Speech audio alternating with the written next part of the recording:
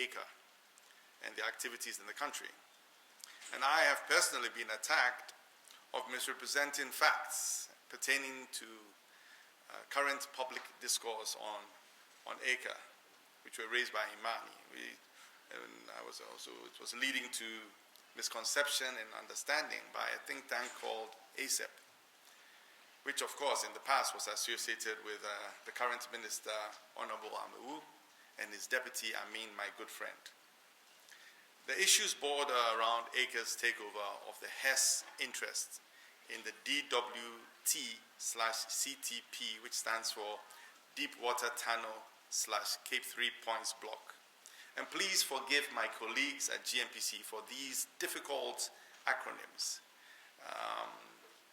It took me almost 4 years while I was at GNPC to get my tongue around these acronyms. And for those of you who do not know, I was involved in over 14 petroleum agreements being signed, including the AGM one we shall discuss, including the ExxonMobil one we negotiated in 2015, which was recently signed. I still get most people refer to these blocks by the name of the operator. So, for example, everybody refers to the ENI block, they refer to the Tullow block, and now they refer to the Hess block and the AGM block. But they actually have all these acronyms which we will skip and use the operator name for simplicity. The oil industry, both downstream, and I'd like to acknowledge Moses Asaga, who was a former NPA CEO, and upstream are laden with nomenclature that confuses those not in the industry, and even most of us in the industry. This, I believe, is deliberate. But I digress, as those in a whole different discussion is worthy of its own forum. So back to the topic at hand. Recently, just last week, Aker was in the news again. And this time, the discussions were about Aker's takeover of the AGM block and requesting government of Ghana to revise significantly the fiscal terms of the existing AGM Petroleum Agreement. These two issues need to be addressed independently, as they both give rise to exciting case studies which bring to fore certain technical, legal, and commercial issues. And it will help us structure our petroleum agreements in the past. And that is why I think it's important that we involve not only people in the industry, but also people from academia, and also people who do work in this industry, like lawyers, commercial people, and technical people, to actually deliberate this particular case study. And I'll highlight the issues that makes this case study worth reviewing. However, these issues being discussed are not new to me. I raised questions around the time Aker bought the Hess interests in the Hess block about a year ago with the minister and with Aker themselves. Because I know Aker, and I know the people behind Aker, because most of them are the same people behind AGM. But today, in this maiden forum of thought leadership in the oil and gas series, I would like to first of all walk those of you here at the ringside through a 15-minute crash course on petroleum agreements. Then we'll talk about the issues at hand, what Ghana stands to lose under the Aker AGM agreements, which have been raised publicly by Imani. For about 15 minutes, we'll do that. And finally, we'll have 10 minutes for me to take you through what I call state capture going on in our industry.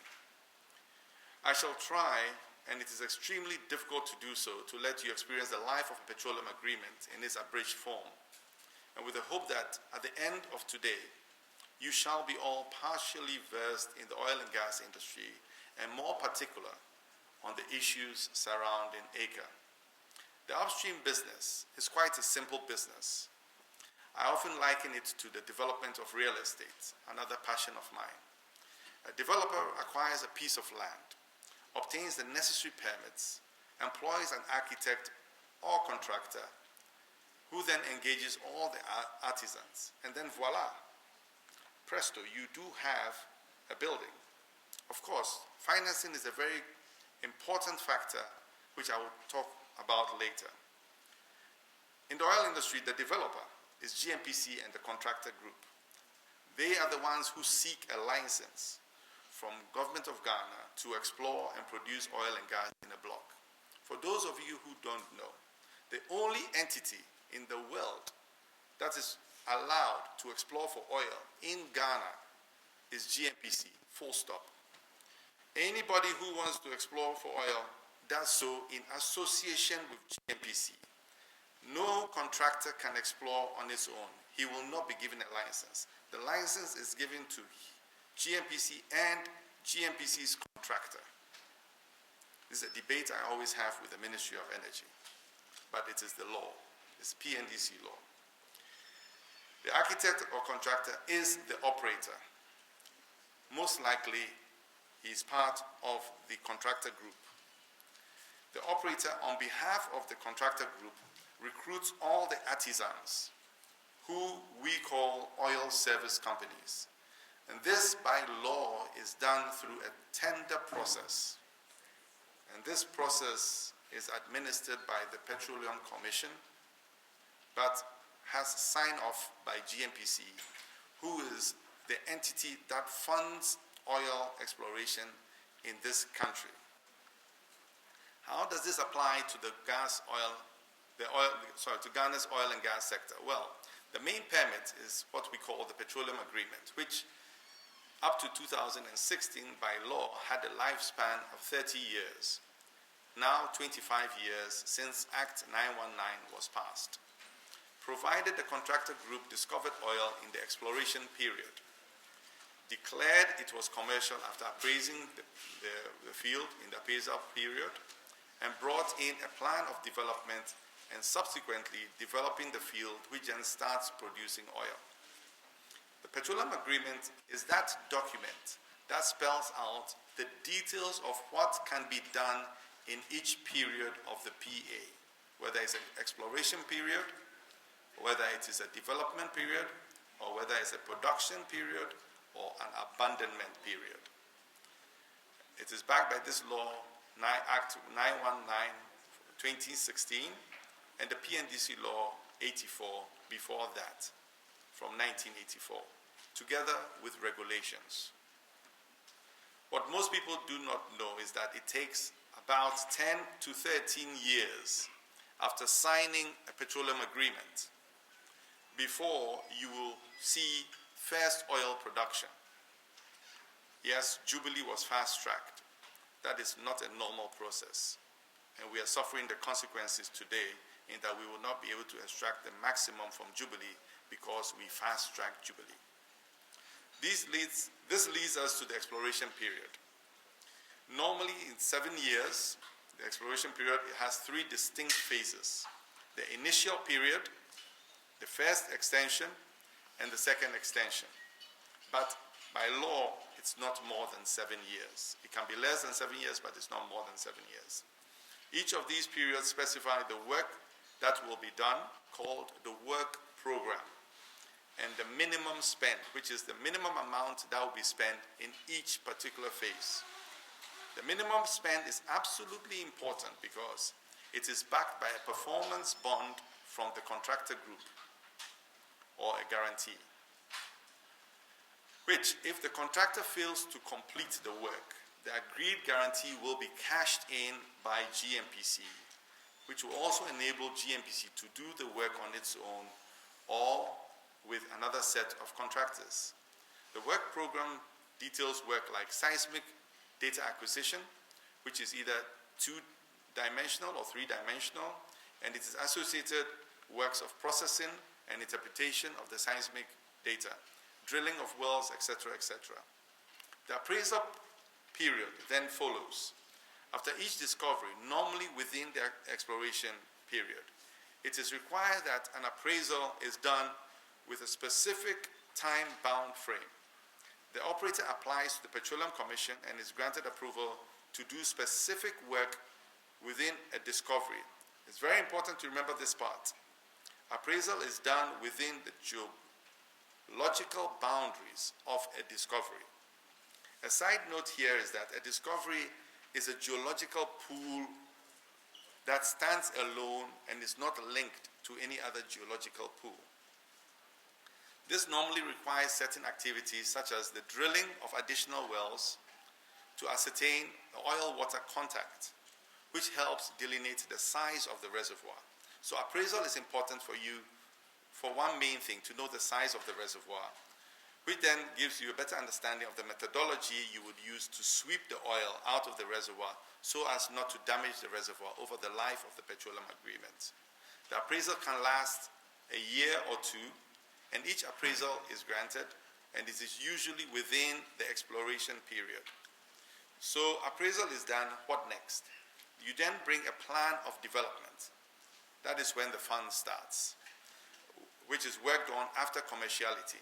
So once you do the appraisal, you then say, yes, I can develop this geological pool of oil based on the terms and conditions in the Petroleum Agreement.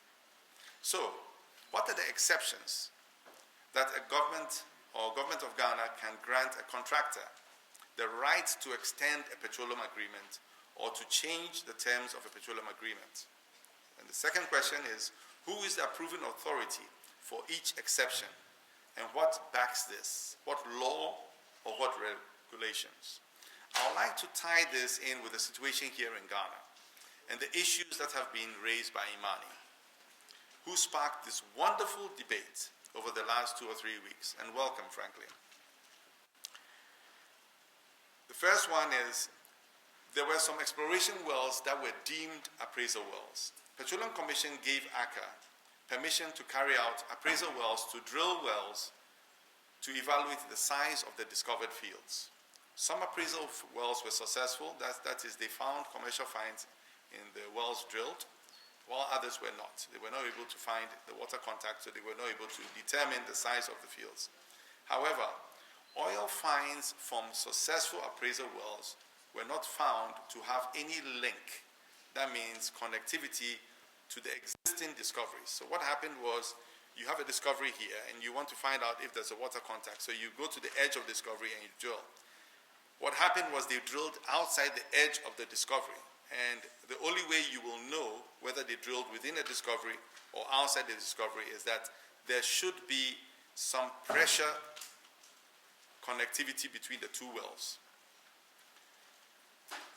Issue is, all costs associated with appraisal wells, which are now confirmed to be exploration wells, cannot be charged to the Pecan development, which is the plan of development they have brought to Ghana.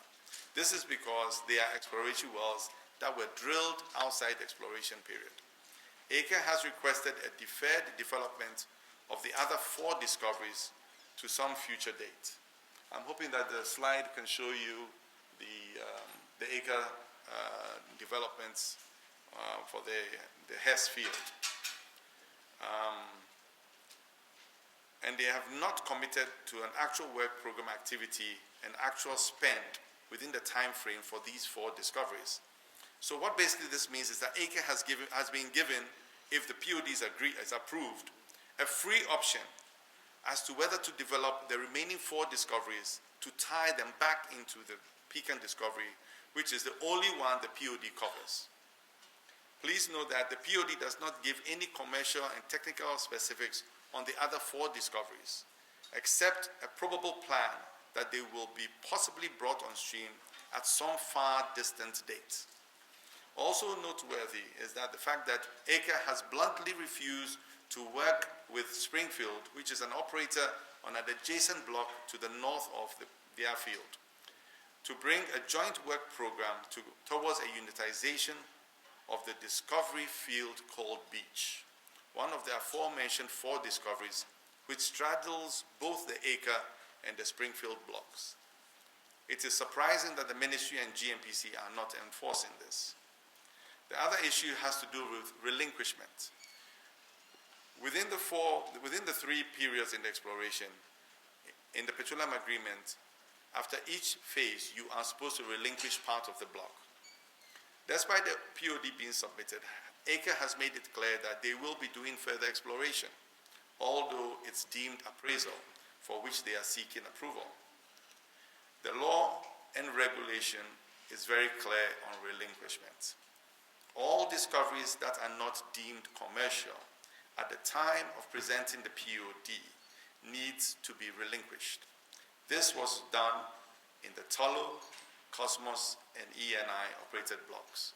The question is, why is it not being done in the Aker Hess block?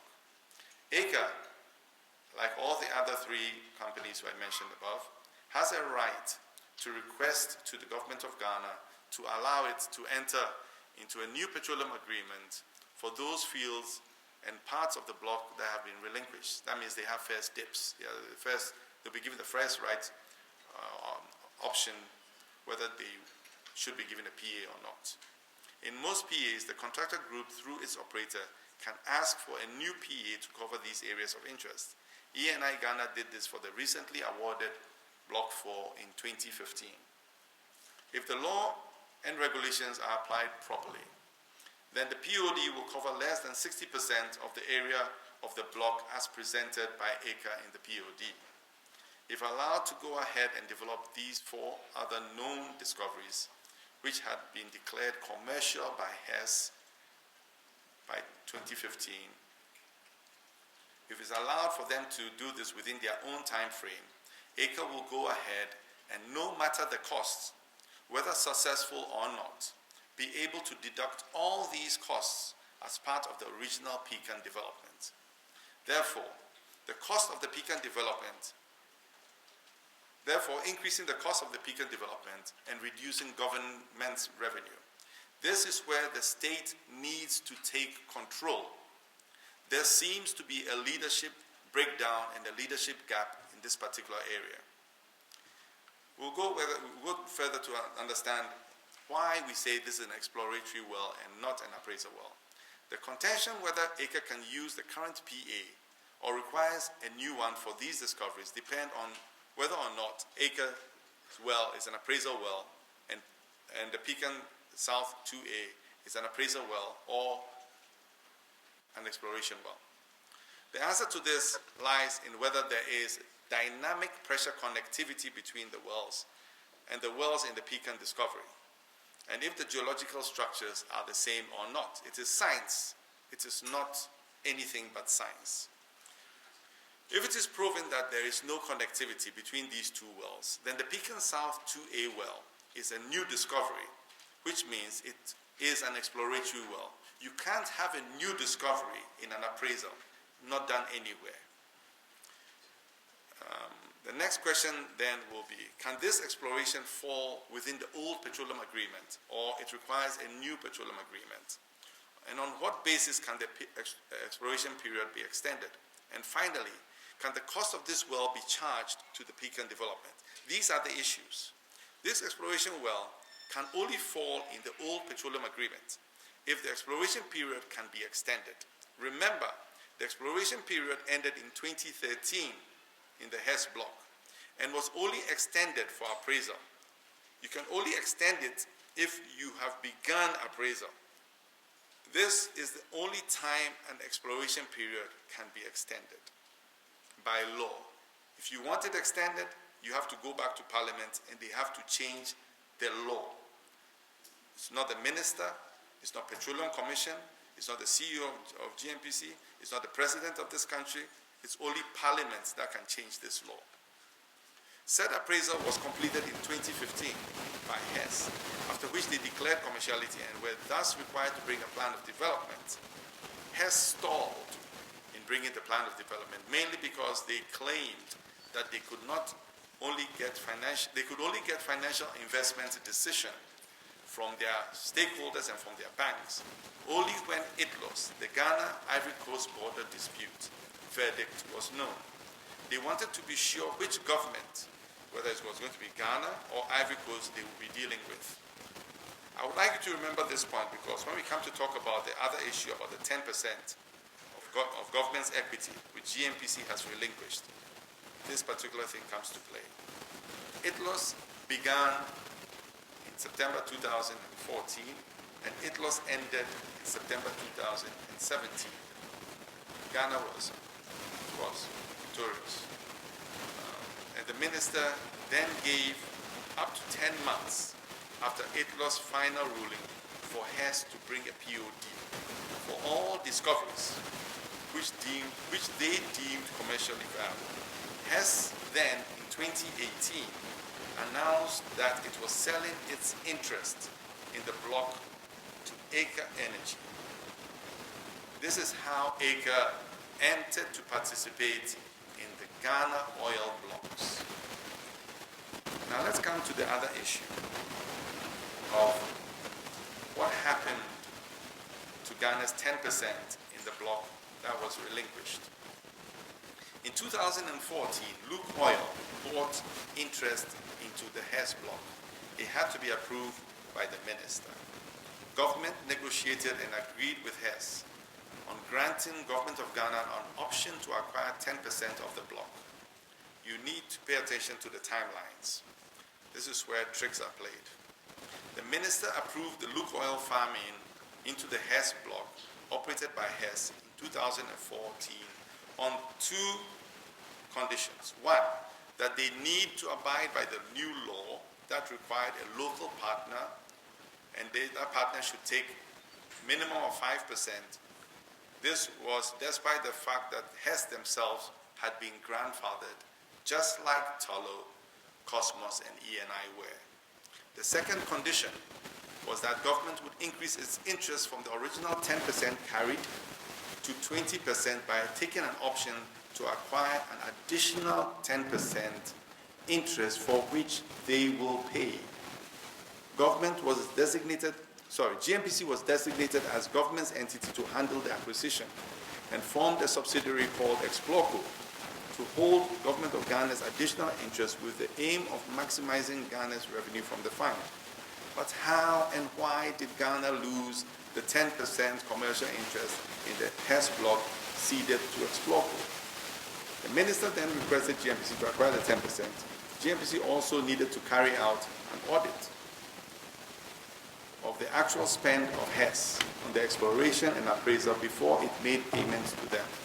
GMPC invoked the option to buy the 10%. That means we were in play to pay for it in this block and provisioned $47 million to pay for it. The board approval was sought and obtained and put in the 2015 budget. However, a commitment was needed from Hess on the POD before GMPC could pay for the 10%. We didn't think that it was financially astute to pay for something that somebody later will come and say, I don't want to continue working on it. GMPC once again has sought approval from Parliament to spend these funds in 2016. The spend did not occur in 2016 because ITLOS was not over. Once again, in 2017, the funds were incorporated in GMPC's budget for approval by the board. I know this because I put it in the budget. And I know this because I was on the board of GMPC and it was approved in November and December 2016. Following ITLOS ruling in 2017, GMPC was to begin the process of buying the 10% stake. After ITLOS, the intention was, however, aborted by government, as although included in the budget approved by GMPC's board in late 2016, it was not part of the final budget taken to Parliament mid-2017. Fast forward a few months later, GMPC surprisingly wrote to Hess, informing them that it would not exercise the option to purchase the 10% interest in the block due to lack of funds. This is puzzling because GMPC had over $150 million in cash on their balance sheets as of the end of 2016. So the allegation that able to fund this spend for the 10% interest of the block is false. This can be validated by the balance sheet of GMPC at the end of 2016. Nonetheless, the $47 million was removed from the 2017 budget that was sent to Parliament for approval, Considering what government stood to gain from that 10%, now knowing the size of this field, one cannot help but wonder why all options and possibilities were not exhausted before getting to this point. For example, was there any economic analysis by GNPC to validate why the 10% interest should not be taken up? Was approval sought from the minister who had given GNPC the original go-ahead or approval to pay for the block? If so, did the minister get approval from cabinet? Was the Minister of Finance aware that GNPC had turned down this option to acquire 10% of the block? Because if the issue alone was that GNPC did not have the funds to acquire 10% on behalf of Government of Ghana, everybody knows that Ministry of Finance could have asked for the funds on behalf of Government of Ghana and could have paid for this on behalf of Government of Ghana. Lastly, was Parliament informed that GNPC will not take up this option? Remember, Parliament had approved the money to be spent by GNPC. If the answer is no to any of these questions, then the letter that was sent to Hess and Aker was illegal, as it did not have the authority to say that Government of Ghana was no longer exercising the option to purchase the 10% interest in the block. Shockingly, Hess had offered Government of Ghana to buy the 10% at 47 million, while it sold 50% of that same block for 100 million. Now you do the math. 10% for 47 million and 50% for 100 million. I am very sure if I had paid that 47 million, I'll be walking up to the Supreme Court and will be questioned on financial loss to the state. This in itself is more reason why a complete audit and a value for money analysis would have been required before anyone would have approved it and not to pay for that interest. Can a government which takes decisions on such major issues without doing the necessary due diligence and considering the rate of return be trusted to manage our resources? Another confirmation of the leadership gap we are facing in this industry. The next misconception being paraded around is that the reason why there has been no drilling activity since the new PAs were signed in 2014 and 2015 is because the blocks were awarded to operators, or I wouldn't like to say incompetent operators, but operators that are not world-class. However, the stall in drilling when most of these 13 blocks were given was out of a result of it loss.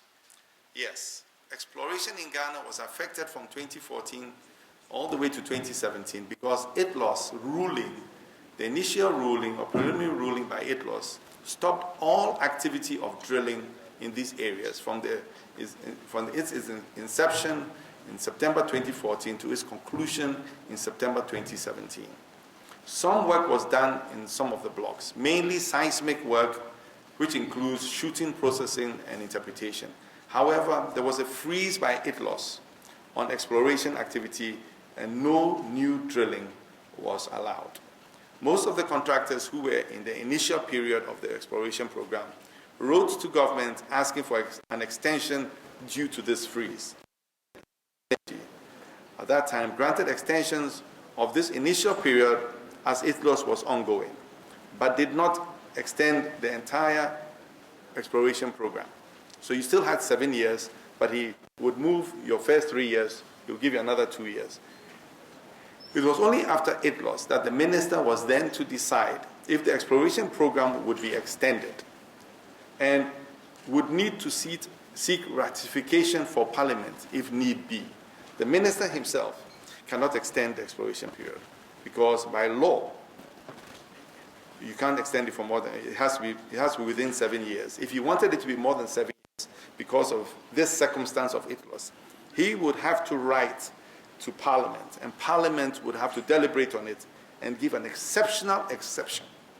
Is that right? Exceptional exception. Yeah. On financing and funding, earlier I made an analogy between the upstream business and real estate development. I briefly mentioned financing as a crucial element of the equation, and I promise to explain it to you later. I would like to touch on this before we proceed to the AGM matter.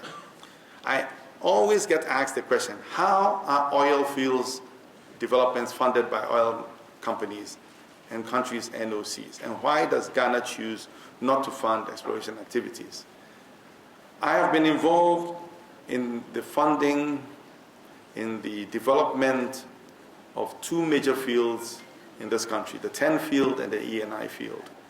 For those of you who don't know, the ENI field was one of the most difficult fields to ever put together, mainly because the financing of an ENI field where the off-taker of the gas from the field is bankrupt is almost impossible to do. We needed the World Bank to come in, and the World Bank gave its largest ever guarantee in the world to support this program. The answer is simple. The petroleum model that Ghana operates, and many other countries for that matter, adopt is not to fund risky exploration business. That means they will not fund seismic, they will not fund speculative drilling, we call wildcatting, they will not fund even the first drilling program. They will only come in after appraisal is done. Remember, when appraisal is done, that is when you know whether the field is commercial or not. If it is commercial, anybody can raise money on that because you raise money on the reserves. So, when the fields have been de-risked, that means that you've actually now found oil and it's commercial. When discoveries have been made, then the country, through the NOC, can raise funding on its own, just like Tullow can raise funding, ENI can raise funding, Cosmos can raise funding. This is done by monetizing the interest or the equity in the reserves. Financial institutions are more willing to fund development activities when reserves are ascertained by qualified third-party auditors. This is exactly how all oil companies fund development activities. The exploration activities are normally funded from the oil company's own resources. So remember, exploration activities, you need the oil companies to use their own resources to fund it. But when it comes to development, the banks and financial institutions will jump in. Very few banks and financial institutions fund stand-alone exploration. They may fund a company because the company has production somewhere and so that you can use the money for exploration. But they will not fund this exploration alone. AGM block. The question is, why has Ghana's share in the block been reduced from 49% to 18%? 49% to 18%. 49 to 18. Why has it been reduced? Our government's leadership regarding this matter is further being questioned due to AGM recently asking government to review its stake downwards. This is akin to a road contractor bidding low in a tender and then asking for a variation even before he starts the work. You see, people don't know that the block was given to AGM on a tender basis. Other companies, Statoil, another Norwegian company, and two other companies actually bid for the block. The reason why it was given to AGM was that AGM promised us 49% of the block. And the reason why AGM promised us 49% of the block is because GNPC had spent a lot of money on the block before. You all know that we paid Aker about $30 million for the seismic work it has done. To date, no new work has been done. All the money that has been spent on that block has been GNPC's money. So if GNPC has invested, I believe GNPC earns the right on behalf of government for the people of Ghana to negotiate as hard as possible for us to get 49% of the block. And that is what we did. I was part of the negotiation team. In AGM's case, the work program in the initial period, the first 3 years, required them to drill 2 wells, do additional 3D seismic, and spend a minimum of $259 million. So you're supposed to spend $259 million in the first 3 years. If you're successful, you go to the next phase. If you're successful, you go to the next phase. And if you're successful, you hit a discovery, you do your appraisal, you bring a plan of development, and then you develop the field, and then you produce oil. That is how these things work. What AGM is asking is that we change the terms and conditions of Petroleum Agreement. I have never seen this before. Before they start work, knowing that they went through a tender and they won the tender, and now they have come to ask for a variation.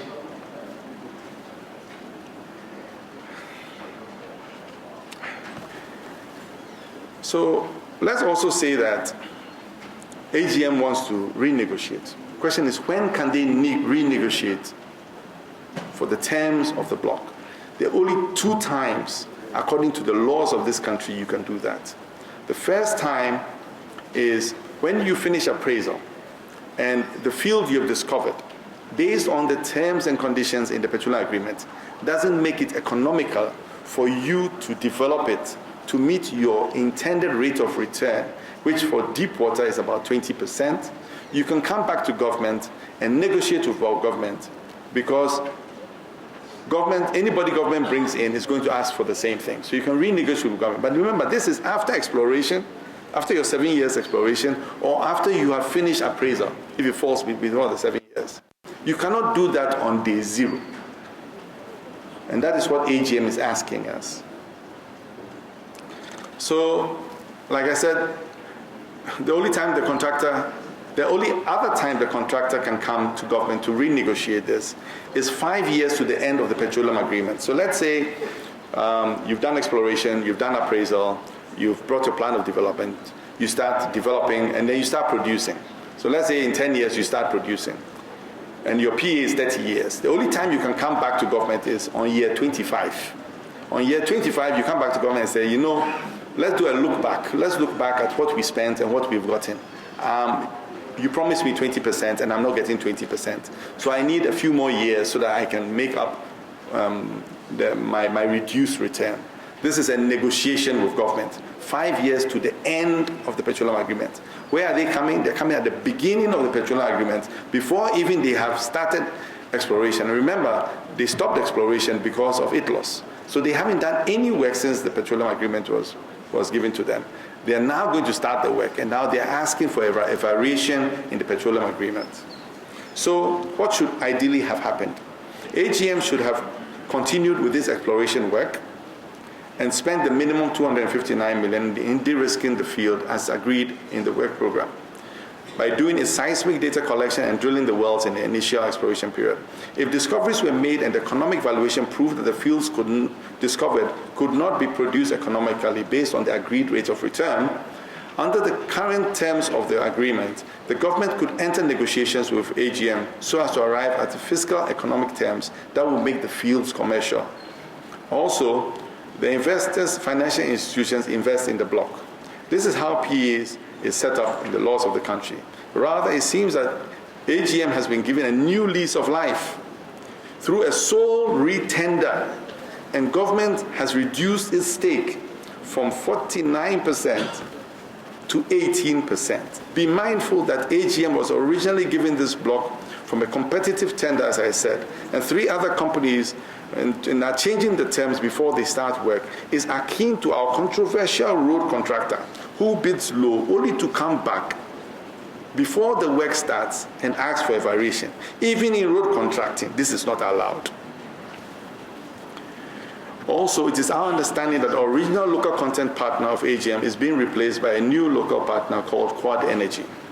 This company was barely set up a month ago before government brought this ridiculous amendment to Parliament, who shamefully approved given the questions and issues raised. Coupled, I would like to also talk about some disturbing trends in the oil services business. Coupled with all we've discussed, there are recent disturbing trends that have happened in our industry since 2017. Many foreign oil service companies that have existing Ghanaian local partners in their joint ventures as required by law before 2017 have either been marginalized in getting their businesses approved or not had their licenses renewed in a timely manner, or have been asked to change their local partners, or by the Petroleum Commission. I would like to talk about state capture. Furthermore, it is alleged that there is some sort of agreement between government of Ghana, either directly or indirectly through Petroleum Commission, where Aker, in its $4 billion development of the Pecan discovery, which POD has been returned to them for them to bring back for approval by the minister, which will not be sent to Parliament, by the way, will be allowed to use its preferred vendors in its contracting strategy, rather than go through the tender process as prescribed by law. This is the same approach E&I wanted to do when they brought in their plan of development, but was rejected by Petroleum Commission, was rejected by GNPC, and was definitely rejected by the minister, who had his approval to reject it from cabinet. If this is so, then Aker, being essentially an oil service company that we know, and is not a known oil exploration or production company, could basically capture most of the lucrative initial contracts in the development of the Pecan field, which is estimated to be somewhere close to $4 billion, and they will complete this within 3 years.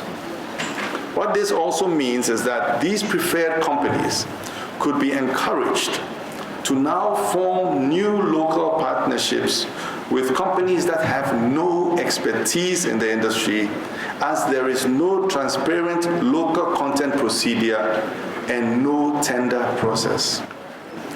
If these fronts, the local partners, most of whom have no expertise, are given 20% of the local content participation in each contract, that means that almost $800 million of contracts will be going to these fronts, which will accrue to these local companies. Given that the average net profit in this industry is 20%, it means that these local companies are set to make north of $150 million in profits over the next 3 years. This will not create a fair, level playing field for all the numerous oil service companies that Ghana's industry lured to invest billions in people, assets over the last decade. Although these directives, which seem to benefit some powers that be, rather than benefit the country as a whole in achieving the goals of the regulation legal instrument LI 2359. Ironically, this aids the foreign companies in taking advantage of the local industry by slowing down the transfer of technology to local Ghanaian companies. One has to keep in mind that per the LI, at least 50% of most of the oil service work performed by these foreign companies are supposed to be performed by local companies. We are also seeing several issues come up regarding licenses. Many licenses are not being renewed, or licenses are being delayed with no tangible reason. And many foreign companies are being required, sometimes not so subtly, to change their local partners because the existing ones are not known to the powers that be. While some foreign companies have flatly refused to comply with this, others are complying. A note of caution to these foreign companies that have either changed their local partners without good or substantial reason, and those who are contemplating doing this, we shall be taking this up with both the local regulators and other bodies in their countries, such as the UK Serious Fraud Office, the Foreign Corruption Practice Act Office, then there's one in Norway called Okikrum, and the like. I would like to end my presentation of this Thought Leadership Forum with some thought-provoking questions. Are we Ghanaians on the whole being shortchanged? Is government failing to protect the interests of the citizens of this country? Is state capture nullifying the hard work put into building Ghana as an investment destination? And are we failing to attract decent oil exploration and production and oil service companies that share our vision of creating a viable oil industry? Or are we attracting the kind who are only prepared to play ball with the real powers behind the scene? This is state capture. And lastly, does government have a leadership gap? Herein, my fellow Ghanaians, lies the danger. Thank you very much.